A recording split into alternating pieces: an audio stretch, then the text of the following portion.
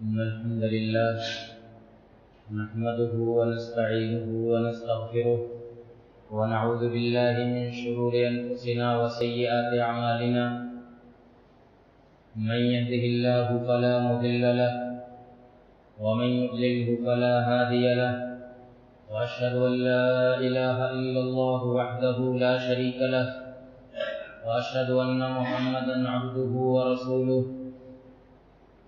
أما بعد فإن خير الحديث كتاب الله وخير الهدي هدي محمد صلى الله عليه وسلم وشر الأمور محدثاتها وكل محدثة بدعة وكل بدعة ضلالة وكل ضلالة في النار. أعوذ بالله من الشيطان الرجيم. بسم الله الرحمن الرحيم. قاف والقرآن المجيد بل عجبوا أن جاءهم منذر منهم فقال الكافرون هذا شيء عجيب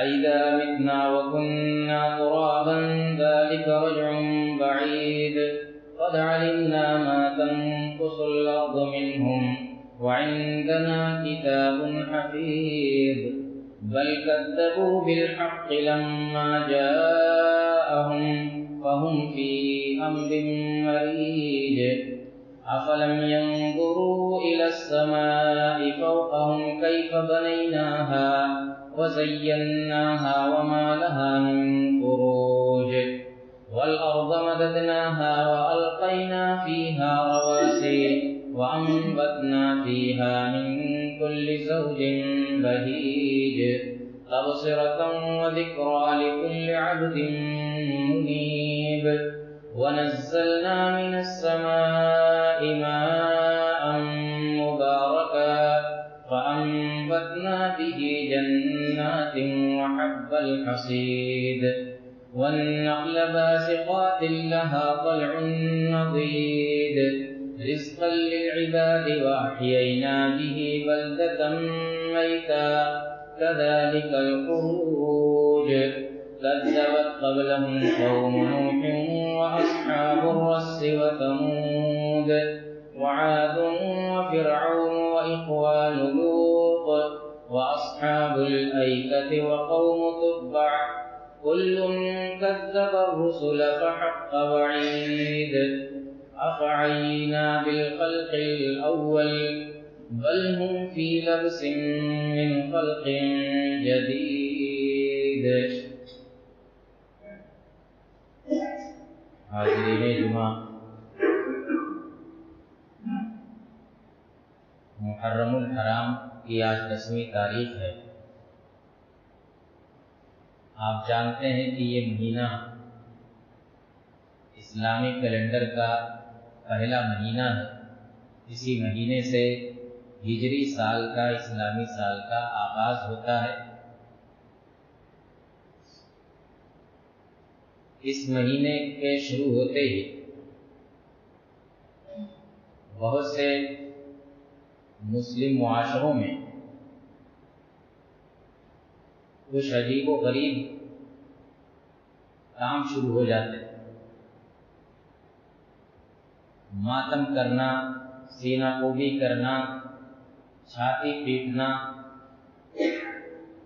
تلوار سے اپنے جسم کو لہولہان کرنا، چھری اور نیزے سے اپنے سینے کو، اپنے پیٹھ کو، اپنے سر کو لہولہان کرنا، چیخنا، چلانا، نوحہ کرنا، ماتم کرنا، بال نوچنا، کپڑے پھاڑنا، گریبان چاک کرنا، اسی طریقے سے کالے کپڑے پہننا، اس مہینے میں شادی بیاہ نہ کرنا، عورتوں کا چوڑی نہ پہننا، اچھے پکوان نہ پکانا، یہ بہت ساری یعنی ایک لمبی فہرست ہے خرافات کی جو اسلام کے نام پر اس مہینے میں جسے انجام دیا جا سکتا ہے۔ اسلام کے نام، آپ کسی اور چیز کے نام پر دیں آپ کی مرضی، لیکن اسلام سے کسی چیز کو جوڑیں گے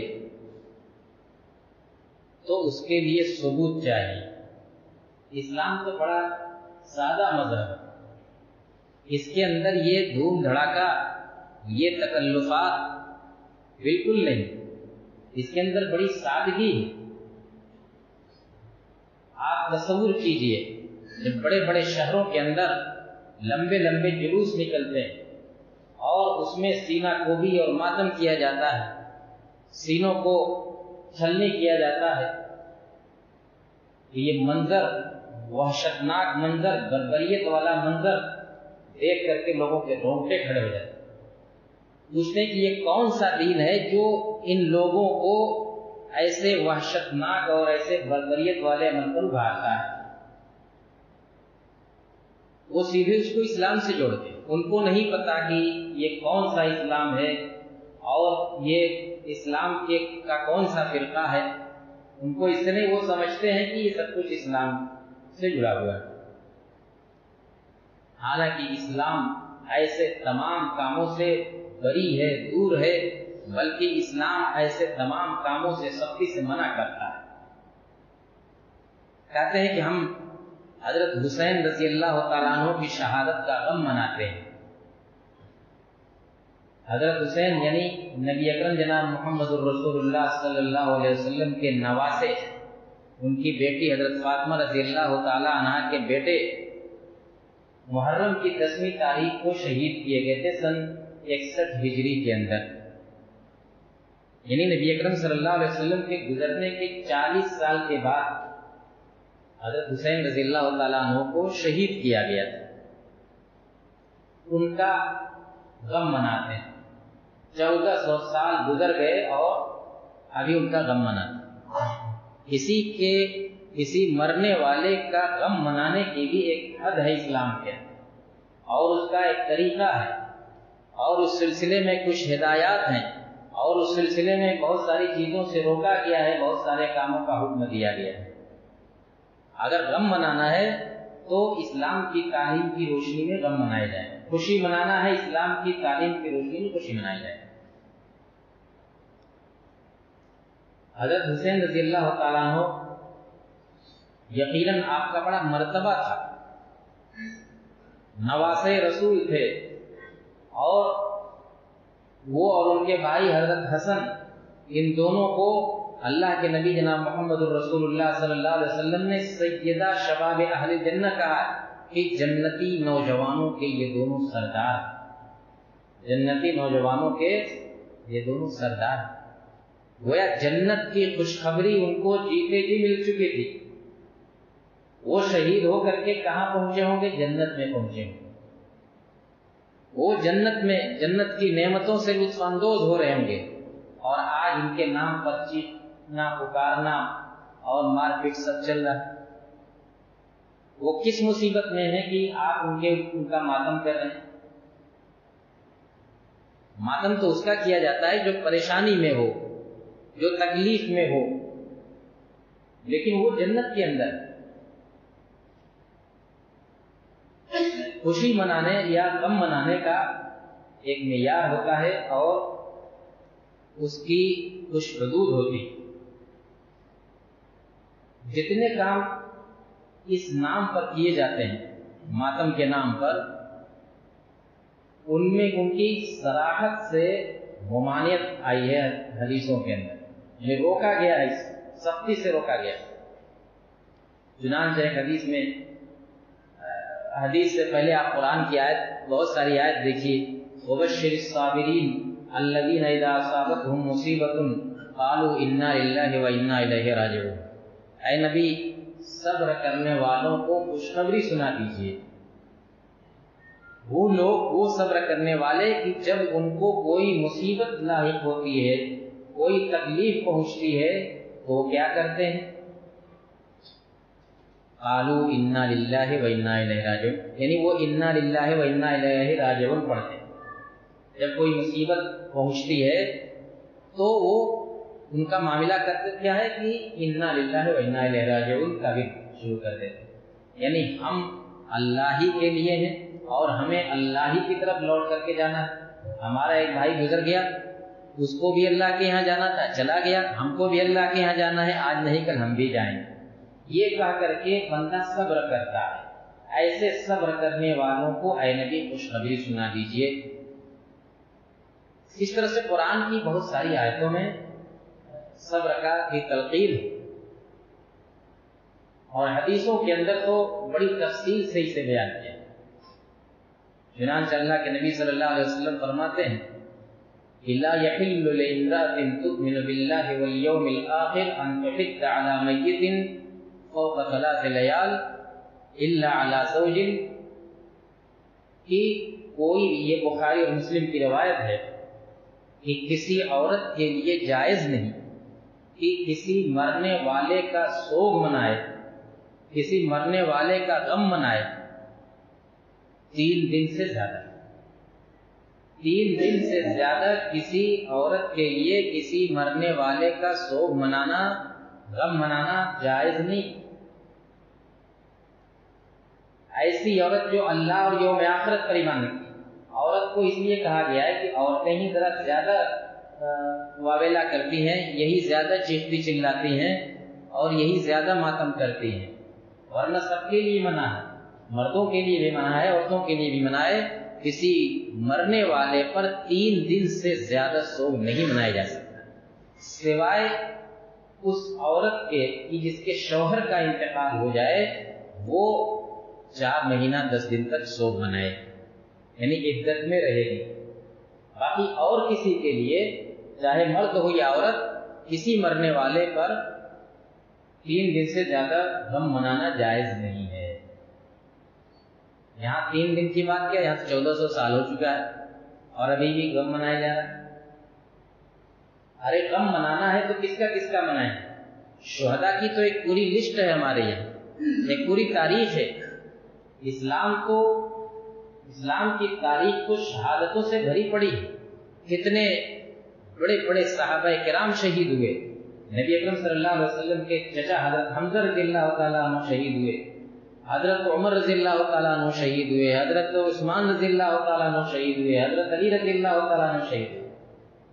سب کا ماتم کیا جائے، کیوں صرف ایک ہی شخص کا ماتم کیا جائے؟ یہ سرے سے اسلام کے خلاف ایک سازش ہے. اسلام کو بدنام کرنے کی ایک ترکیب ہے، اس کے علاوہ کچھ. بھائی غم کا معاملہ تو ہر گزرنے والے سے غم ہوتا ہے. کیا اللہ کے نبی صلی اللہ علیہ وسلم کی وفات یہ معمولی غم کی بات تھی؟ کیا صحابہ کرام نے آپ کی برسی منائی؟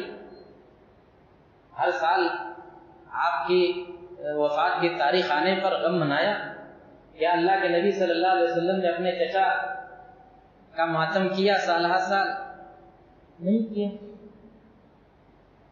تو یہ پہلا ضابطہ کہ سوگ منانے کی ایک حد ہے، اس کی ایک لمٹ ہے، اس کے بعد نہیں منایا جا سکتا.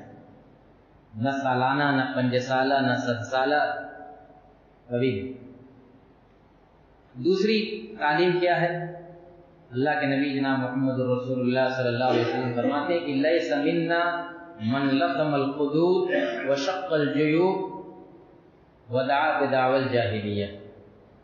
وہ شخص ہم میں سے نہیں ہے جو اپنے رخساروں کو پیٹے اور گریبان چاٹ کرے، کپڑے پھاڑے اور جاہلیت کی پکارے. جاہلی دور میں کیا ہوتا تھا؟ یہ اسلام سے پہلے کوئی مرتا تھا تو بڑا واویلا مچاتے تھے، بڑا ہائے وائے کرتے تھے، چیختے چلاتے تھے. آج بھی آپ دیکھیں گے بہت سے لوگ، خاص طور سے غیر مسلموں میں یہ چیز پائی جاتی ہے، بڑا واویلا مچاتے ہیں، بڑی چیخ و پکار کرتے ہیں. تو اللہ کے نبی صلی اللہ علیہ وسلم نے کہا کہ لیس منا، وہ شخص ہم میں سے نہیں ہوگا، وہ مسلمانوں کا فرد نہیں ہوگا جو مصیبت کے وقت اپنے چہرے پر ضرب لگائے، اپنا چہرہ نوچے اور کپڑے پھاڑے، گریبان چاک کرے، ودعا بدعوى الجاہلیہ، اور جاہلیت کی پکارے ہائے وائے کرے، ایسا شخص مسلمانوں میں سے۔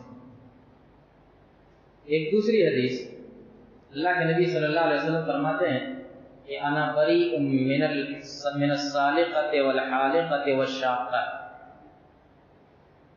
کہ میں اس عورت سے بری ہوں، میرا اس عورت سے کوئی تعلق نہیں، میری شریعت سے کوئی تعلق نہیں اس عورت کا جو مصیبت کے وقت چیخے چلائے، اور جو مصیبت کے وقت سر مڈا دے، اور جو مصیبت کے وقت اپنے کپڑے پھاڑے۔ یہاں بھی عورت کا تذکرہ محض اسی لیے ہے کہ عورتیں ہی یہ کام زیادہ کرتی تھیں اور اب بھی کرتی، ورنہ مرد بھی اگر کرے تو اس کے لیے بھی وہی حکم ہے۔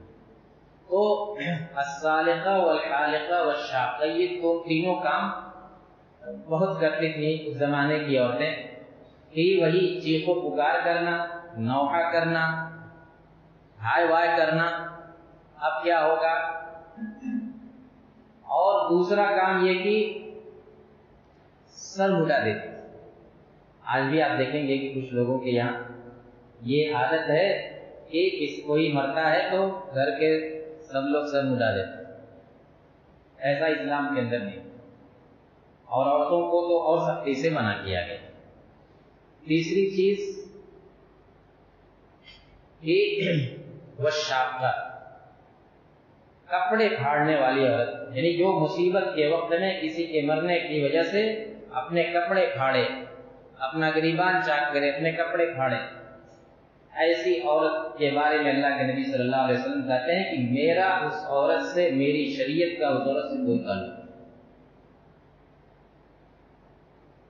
ایسے ہی حدیثوں کے اندر یہ بتلایا گیا ہے کہ اللہ کے نبی صلی اللہ علیہ وسلم جو عورتیں ایمان لاتی تھیں وہ ان سے بیعت کرتے تھے۔ بیعت کرنے کا مطلب کہ ان سے کچھ چیزوں کا وعدہ لیتے تھے، ہاتھ نہیں ملاتے تھے لیکن ان سے کچھ چیزوں کا وعدہ لیتے تھے۔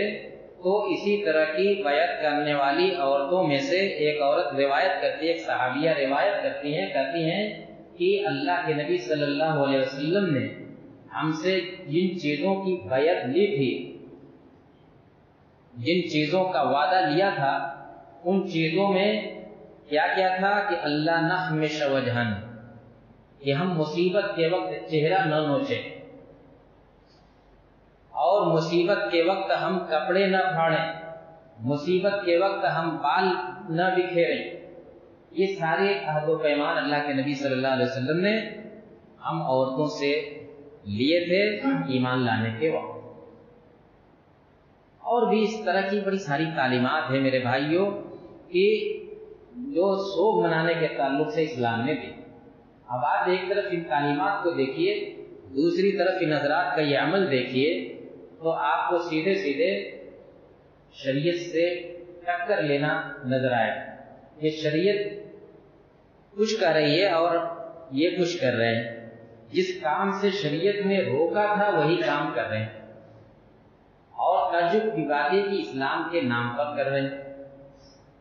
اس سے بھی زیادہ تعجب کی بات یہ میرے بھائیوں، اس پر غور کیجیے گا کہ یہ ساری خرافات، اس کا تعلق صرف اور صرف ایک طبقے یعنی شیعہ حضرات سے۔ ان کے یہاں یہ ساری، ان کے مذہب کے اندر یہ چیزیں ہیں، باقی جو سنی طبقہ ہے اہل سنت، جس میں اہل حدیث، دیوبندی، بریلوی، ان تینوں فرقوں کے یہاں اس کا کوئی تصور نہیں۔ ان تینوں مسلکوں کے علماء سختی سے منع کرتے ہیں ساری چیزوں سے۔ لیکن تعجب کی بات یہ ہے کہ ان میں سے بعض فرقوں کی عوام ان حضرات کے ساتھ جا ملتی ہے اس موقع پر، اور ان ساری خرافات میں ان کا ساتھ دیتی ہے، ورنہ ان کی اتنی تعداد نہیں ہے کہ وہ اس طرح سے بھیڑ لگائیں سڑکوں پر اور اس طرح سے اپنی تعداد دیکھیں۔ اگر یہ حضرات جو اپنے آپ کو اہل سنت کہتے ہیں، اگر یہ اس میں شریک نہ ہو تو ان کی تعداد میں اتنا اضافہ نہ۔ تعجب یہی ہے کہ ان کے علماء منع کرتے ہیں جن کے لیے یہ لڑتے ہیں، جن کا حوالہ دیتے ہیں کہ ہم فلاں کو مانتے ہیں، انہی کا کی تعلیم ہے، انہی کی ہدایت ہے کہ یہ سارے خرافات، یہ سارے کام جو اس موقع پر کیے جاتے ہیں، چاہے تعزیہ کی شکل میں، چاہے ماتم کی شکل میں، چاہے اور کسی شکل میں، یہ سراسر حرام ہے، ناجائز ہیں، اس میں نہ شرکت کرنی چاہیے، اس میں نہ کسی کا طرح کا تعاون کرنا چاہیے، نہ کسی طرح کا تعاون دینا چاہیے، سب کے سب منع۔ کیا یہ تعجب کی بات نہیں ہے کہ اتنی صراحت سے منع کرنے کے باوجود بھی یہ طبقہ ان کے ساتھ ساتھ رہتا ہے، ان کا تعاون کرتا ہے، ان کی تعداد بڑھاتا ہے، پیسے سے بھی ان کی مدد کرتا ہے، اپنی تعداد کے ذریعے ان کی مدد کرتا ہے۔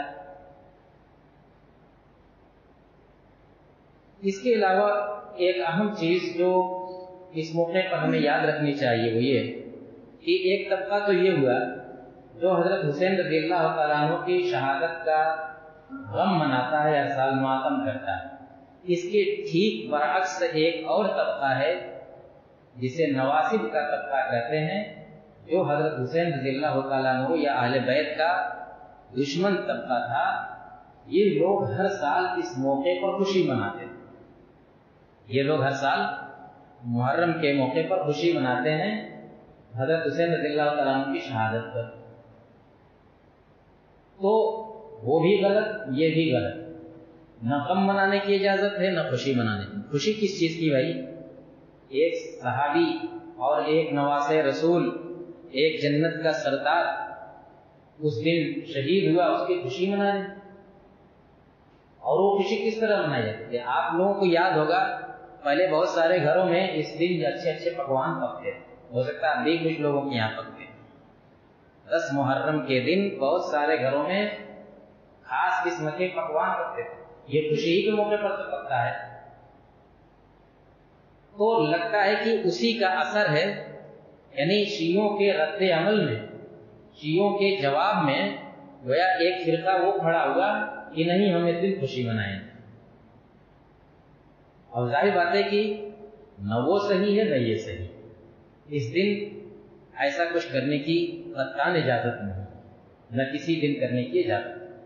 تو یہ ساری باتیں میرے بھائیوں ہمیں سمجھنا چاہیے اور دوسروں کو سمجھانا چاہیے کہ اس مہینے میں ہمارا یا مسلمانوں کے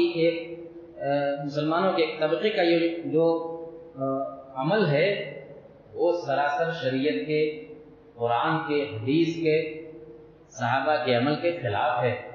اس میں کسی طرح سے شرکت کرنا، اس میں کسی طرح سے حصہ لینا، اسی میں کسی طرح کی مدد کرنا، اس میں کسی طرح کا ساتھ دینا، یہ بلا شبہ گناہ کا کام ہے اور اس پر گرفت ہوگی ان اللہ جواب دینا ہوگا۔ اللہ تعالیٰ ہمیں صحیح سمجھ عطا فرمائے، دین کی صحیح سوجھ بوجھ عطا فرمائے، کتاب و سنت سے جڑے رہنے کی توفیق عطا فرمائے اور ہر قسم کی بدعت و خرافات سے ہمیں محفوظ رکھے۔ آمین وآخر دعوانا الحمد للہ رب العالمین۔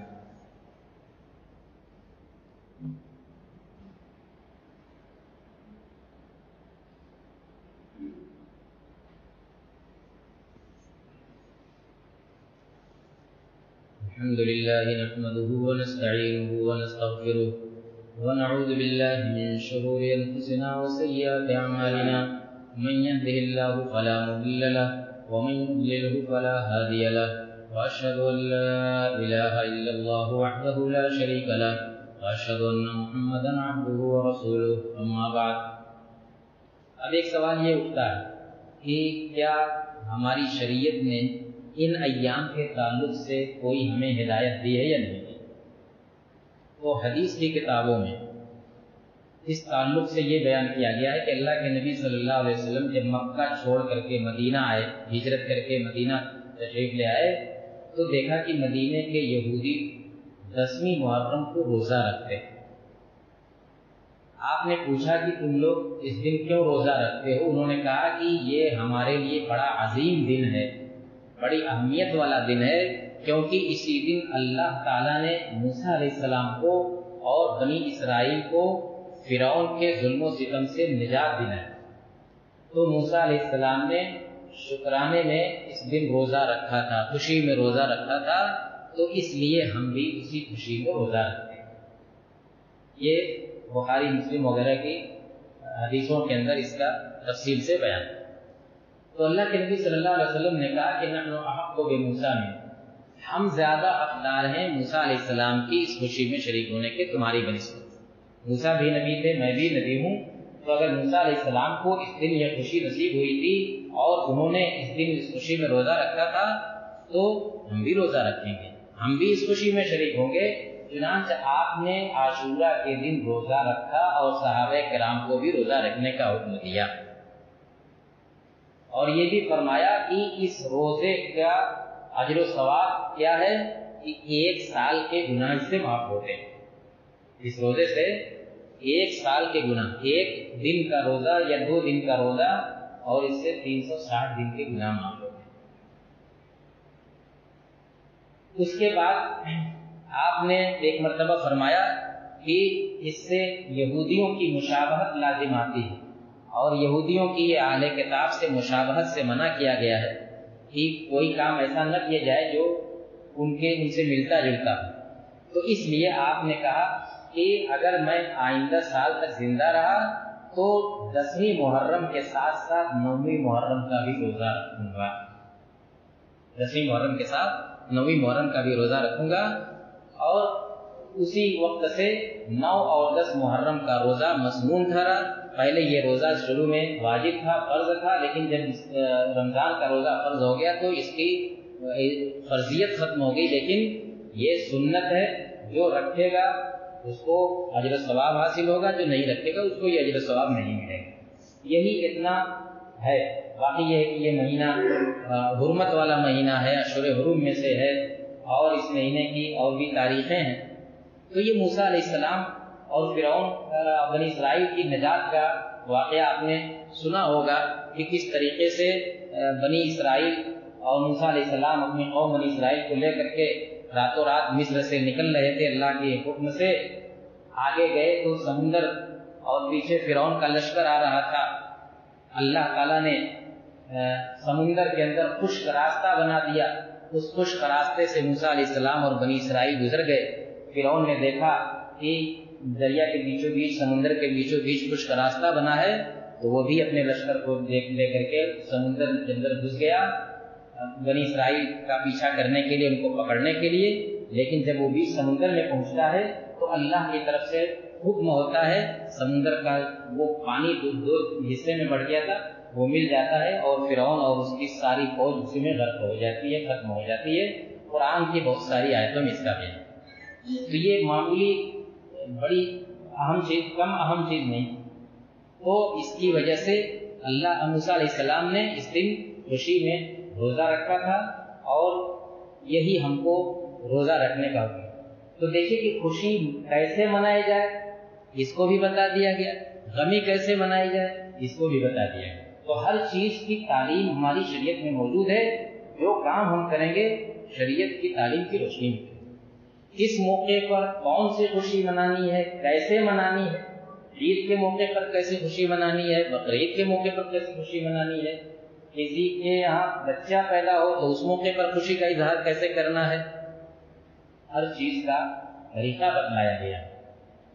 اسی طریقے کی پابندی کرنا، کتاب و سنت کی پابندی کرنا ہے۔ اللہ تعالی ہمیں کتاب و سنت کا پابند بنائے اور نیک عمل کی توفیق عطا کرے، اور جو کچھ بھی ہم نیک اعمال انجام دیں اللہ تعالیٰ انہیں قبولیت عطا کرے، آمین۔ اللہم اعز الاسلام والمسلمین واخذل الكفرة والملاحدة والمبتدعة والمشركين، اللهم الف بين قلوبنا واصلح ذات بيننا وانصرنا على عدوك وعدونا، سبحان ربك رب العزة عما يصفون وسلام على المرسلين والحمد لله رب العالمين۔